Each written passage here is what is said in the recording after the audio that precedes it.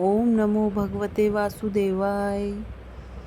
बृहस्पतिवार की व्रत कथा। बहुत समय पहले एक नगर में एक ब्राह्मण रहता था। वह बहुत ही धार्मिक, दानी और परोपकारी था। उनकी पत्नी सुंदर और सुशील थी, लेकिन उन्हें अपनी सुंदरता पर बहुत घमंड था।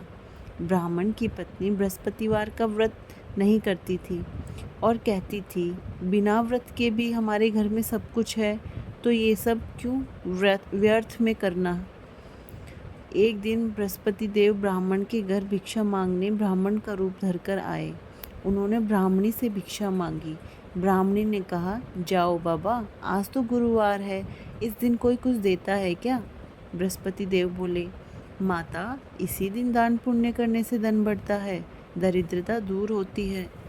परंतु ब्राह्मणी ने उनकी एक न सुनी और खाली हाथ उन्हें लौटा दिया।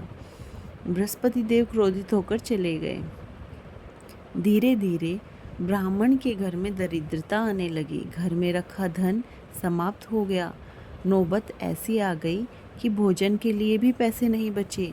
घर बिक गया, गाय गौरैया सब बिक गई।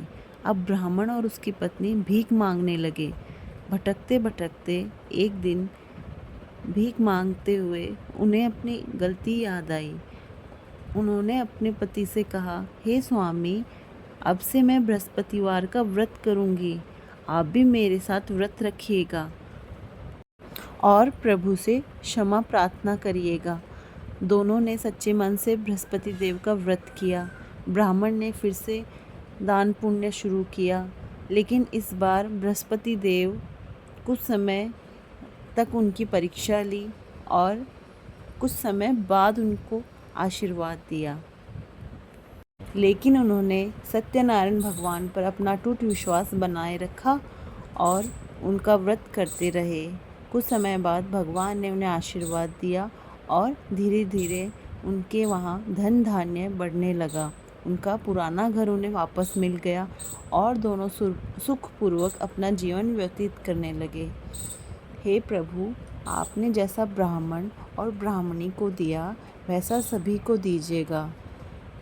व्रत कथा कहने वाले को, सुनने वाले को और हुक्कारा भरने वाले को सभी पर अपनी कृपा दृष्टि बनाए रखेगा। बोलो सत्यनारायण भगवान की जय। हमें जो भी व्रत पूजन करना चाहिए वो सच्चे मन से करना चाहिए। बृहस्पति देव की कृपा से दरिद्रता भी दूर हो जाती है और कभी भी किया गया दान पुण्य व्यर्थ नहीं जाता। हमें कभी भी अपने धन धान्य पे, अपने शरीर पे, अपनी सुंदरता पर घमंड नहीं करना चाहिए। बृहस्पतिवार के दिन केले की पूजा करनी चाहिए। पीली चीज़ें दान करें।